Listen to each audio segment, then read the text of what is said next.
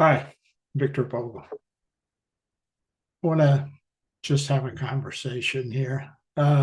As a vice president of human resources for a lot of years, plus a recruiter when I first started out in business, and throughout 40 years, I've always been into selecting, hiring, and interviewing people. I come to discover there is an important aspect about that process of onboarding somebody uh, through the interview process, and where a lot of people, including recruiters, make mistakes, in my opinion, anyway, is during that initial interview process, and maybe any interview process. So I wanted to talk about that a little bit. I wanted to share some information with you. Interesting that over the years, in trying to improve how I did that and actually help other people's not make a lot of hiring mistakes, because if you can do that, you solve a lot of problems on the back end in the company.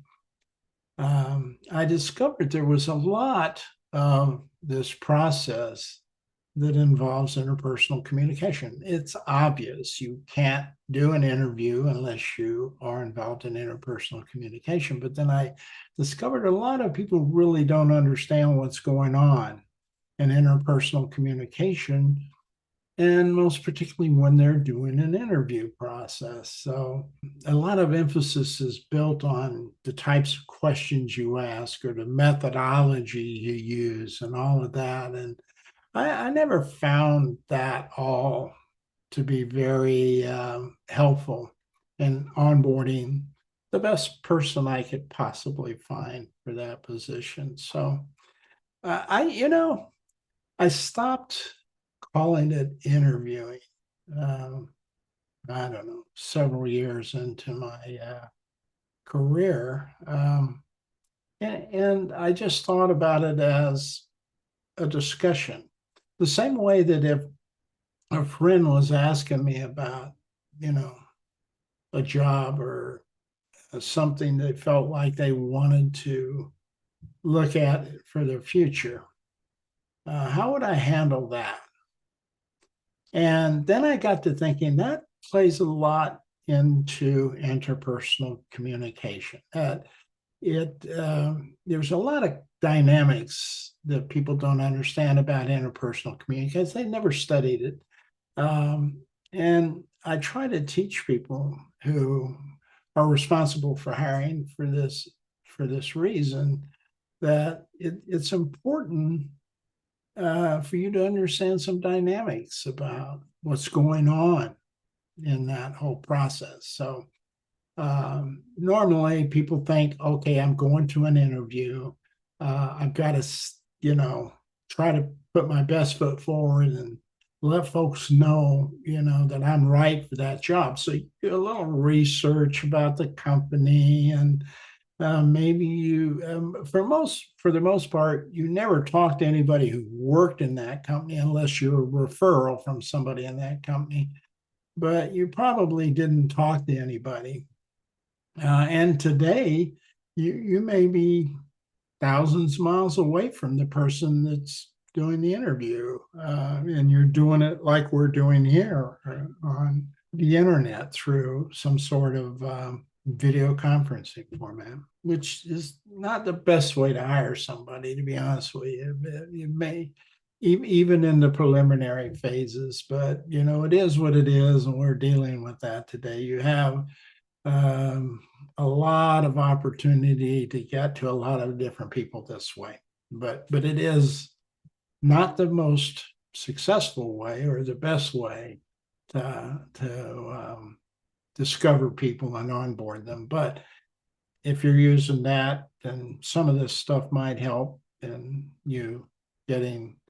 It may even be more important during this format, what I'm about to cover with you. But what I'm trying to say to you is that uh, if you took the interview out of the process and you put in that a replacement that we call conversation, okay, you're probably going to find a lot more honest information about your applicant. So I want to talk to you about some of the dynamics going on here. First of all, you got to realize that this is not a trusting relationship. Initially, it's not a trusting relationship. And then you say, why is that?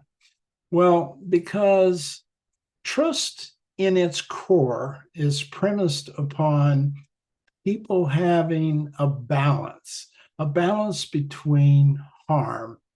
And you can think of it like a thermometer. If you go up to 102 degrees, or 103 degrees, something's wrong. If you go below, 97 degrees, something's wrong too. It's really trying to stay in that middle range at 98.6 where you feel good. This is true about trust. Trust, if it gets too cold and too distant, it's a problem. If it gets to be too hot and complicated, that's a problem. So it comes down to the sense of harm, the ability to balance harm, the idea that I have the same capacity to do harm to you that you have have the capacity to do harm to me. I think of it like a teeter totter. When kids get on a teeter totter, they set on it and they're balanced. And then one kid comes down and leverages the other kids off higher. And they are more, the one that's down has more balance. They have more control of what's going to happen than the kid who's up in the air with their feet off the ground. Before then, those people were kind of balanced and they were, casual and maybe even friendly. You could say friendly. The minute that person is up in the air and they say, I want down, and you go, no, I'm not going to let you down. Even if you're playing, you create that sense of imbalance, and all of a sudden that trust is not there anymore. Until you bring it back down and give them an opportunity to do the same thing to you, or you just balance. And then that person may never ever trust you on a teeter totter again if you get off. Okay. So this is a dynamic in the interview. You have all the cards, you have your feet on the ground, you're the balance. The interviewee is the one coming in at a disadvantage, if you will. And so interviewers sometimes might be thinking, whoa, boy, these guys are looking at this as a great opportunity, think it's really positive. The fact is, it's not positive. It is a lack of trust when they initially go in. They are on the defensive. It's unbalanced in your favor as the interviewer. Now, when that happens, the dilemma is the interviewee begins to think, I need to figure out what this person wants. I mean, they control everything about this interview. I'm going to get hired or not. So I have to try to put my best foot forward and give them what I think they want. That's exactly what an interviewee is thinking when they go in. The dilemma with that is you may not be getting the real person. And that person may be trying to present something they're not just so they can get the job. And that would be bad because when they get in the job might not be the right fit for them. And that's a lot of times we run into those scenarios, and that causes a whole series of problems further into the employment cycle. So that's the first thing. Yeah, you have an imbalance. There is really no trust established between you and the interviewee when you go in there. You need to understand that as an interviewer. You need to understand that if you, for some reason, either from a power perspective or just a lack of knowledge and skill, you want to maintain that with that person. You want that person to feel a little disadvantaged. You're probably not going to get the most legitimate answers out of that individual. And interrogators and intelligence, when I was in special forces, we took some intelligence courses. Interrogators were always encouraged that you're going to get a more positive, correct response from somebody if they don't feel threatened in the process.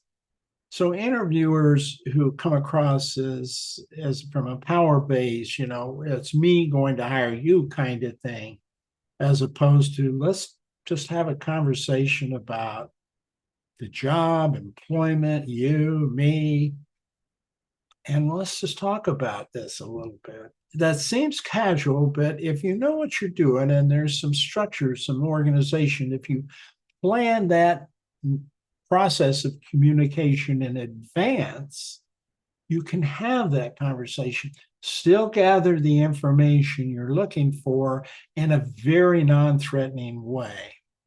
Now, in my course on interpersonal communication, I have 8 classes in there, or actually, I think it's 9 classes. And one of those, I talk about the communication continuum. Now, I don't know there's a theory on that. There's a lot of varieties of approaches to it, but I just take it on a basic continuum perspective. On one side of the scale, you have impersonal communication, day in, day out stuff. How's the weather? Those kinds of things. It's the things you don't know about other people. You feel uncomfortable going into the discussion initially.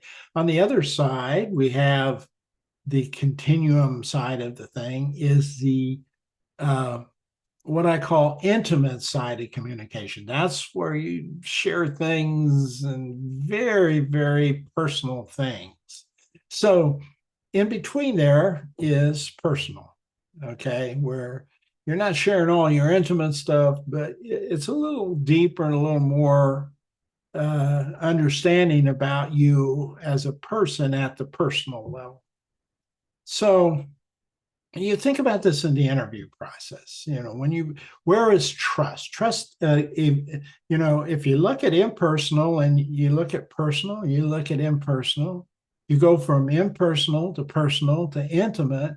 All through that phase, trust is building. It builds. It begins to stack. The more you move towards personal intimacy, the more trust you're producing, putting into the other individual or organization, or however you want to look at it. Anyway, along that continuum, along with the timeline that you're going, which is usually part of the factor, is that the more you know this person, the closer you begin to talk about personal, the more and then intimate, the more trust you have. And consequently, the more comfortable you feel sharing stuff you may not share in an impersonal environment. So the dilemma with the interview, and most interviewers probably haven't even thought this through this well, but you need to, is you're trying to find out personal information, things like values and belief systems and whether this person's going to fit in your organization. When you begin or through that interview process, through an hour, let's say, of interviewing, you're trying to move from an impersonal discussion to at least close to a personal, so you can get a good sense of this person. But that's extremely hard to do because you're starting out with a non-trust scenario, in fact, a distrusting scenario, because the person who you're interviewing knows nothing about you. They feel like all the cards are on your table. You have the ability to say yes or no to them. They do not have any ability or control over you to be able to change your mind about that, so to speak, except the questions they respond. So their first response is to provide you what you want to hear. What you're wanting to hear is what they really feel. Now, so the issue becomes, how do you close that gap in an hour when most people take weeks, months, maybe years getting to those different levels? personal interaction and communication. So there are some things you can do, and I'm going to give you two or three of my thought processes here that can help you kind of close that gap quicker. Okay. These are things I cover more in depth in the course, but I'll give you a thumbnail sketch of it. But first of all, if you understand interpersonal communication, you understand there's a lot of barriers that get in the way to communicate effectively. That's why people get into arguments and conflicts and things like that. So, yeah, the first one is you've got to take this concept of this being an interview out of the picture and turning it into a conversation. A conversation happens to be about a job, but it's a conversation, not an interview. An interview is a series of 10 questions I have to get in during an hour. Maybe these are behavioral based questions. These are questions like, have you ever had to fire anybody? And how did you go about doing that? Okay, that's a behavioral based question where somebody has to come back with a response about, this employee they had, how they had to fire him, how it went, how it reacted.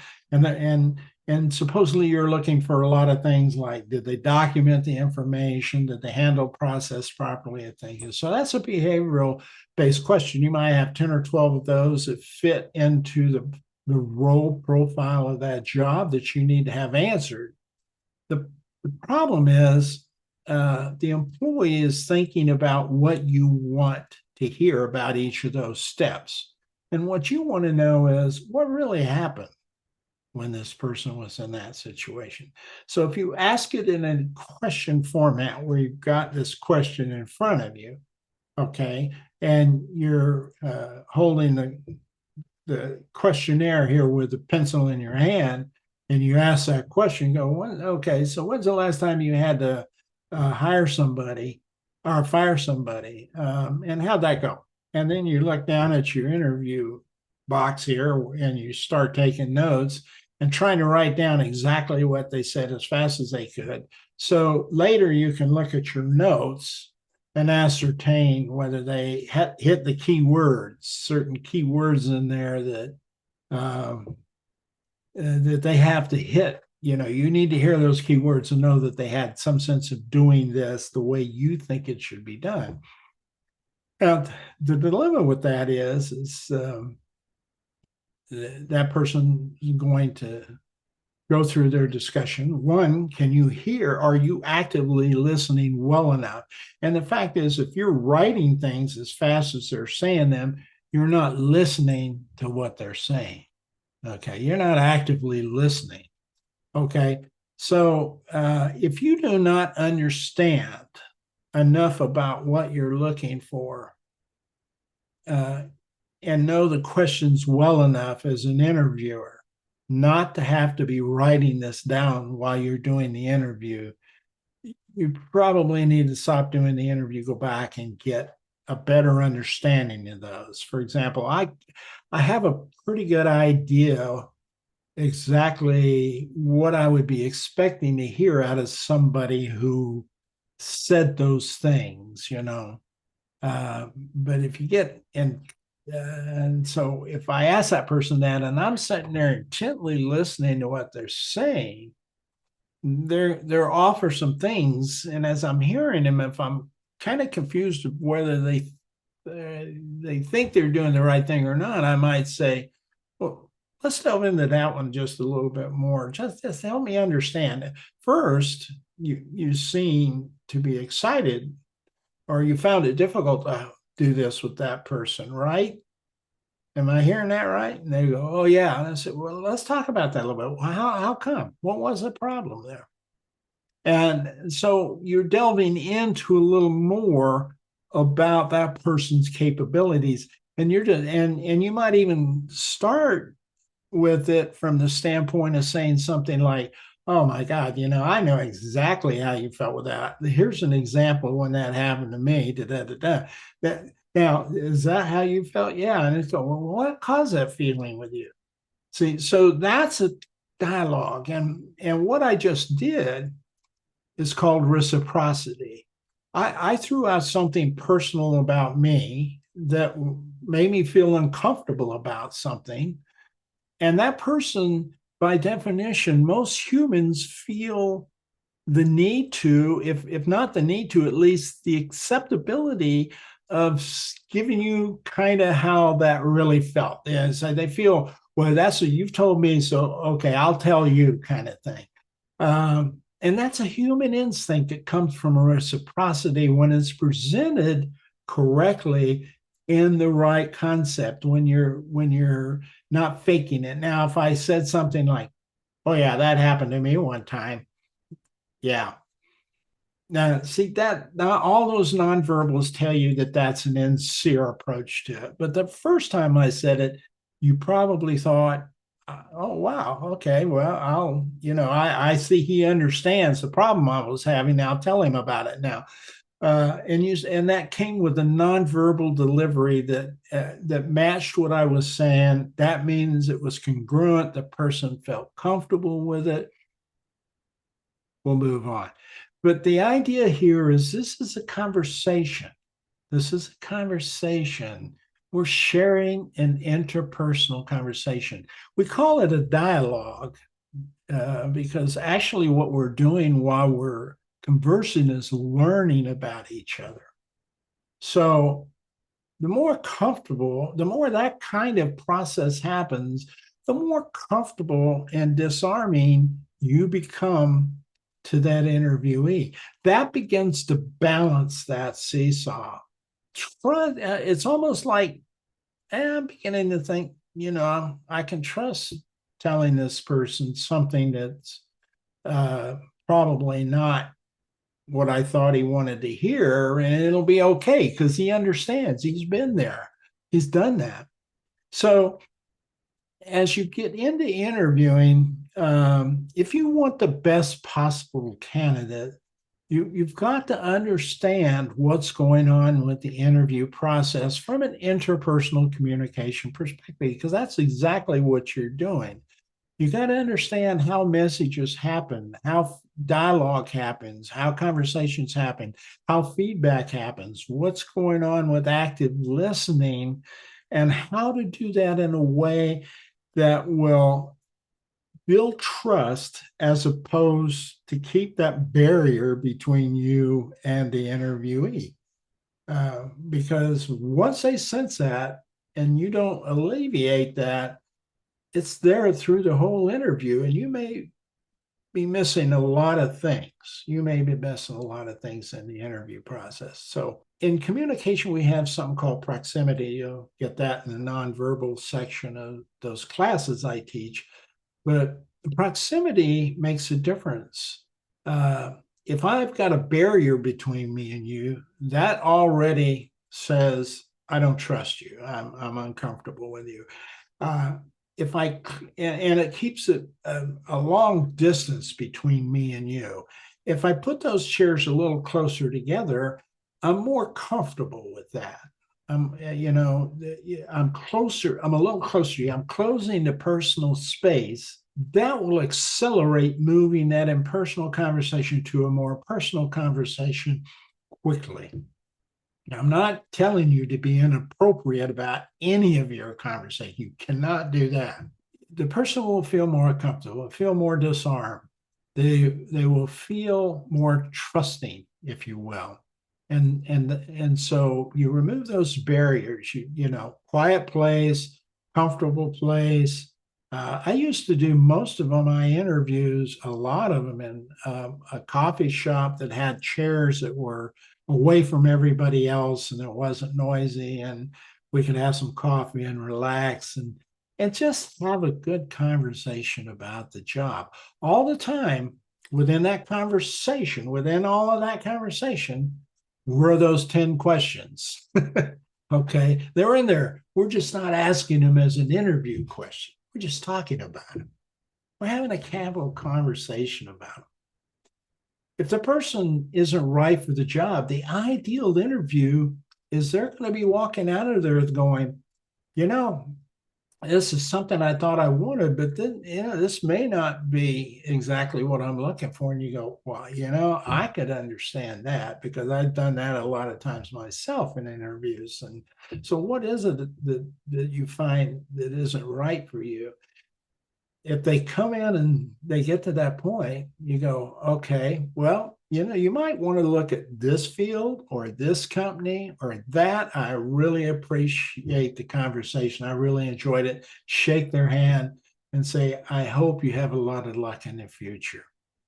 That person will be walking out of the interview going, not only did I nick, it's not, they won't be saying I didn't get hired for the job. They're going to be saying, I learned a lot here that'll help me in the next interview. That is a great interview. When a candidate doesn't, basically is telling you they're not interested in the job, you already knew this. So probably maybe halfway through or three-quarters of the way through the interview, I know this person isn't going to get hired, but I want to believe in me knowing that they took something with them that's going to help them on the next interview. Hope that helps you a little bit. I'm Vic Vogel. You have a great day.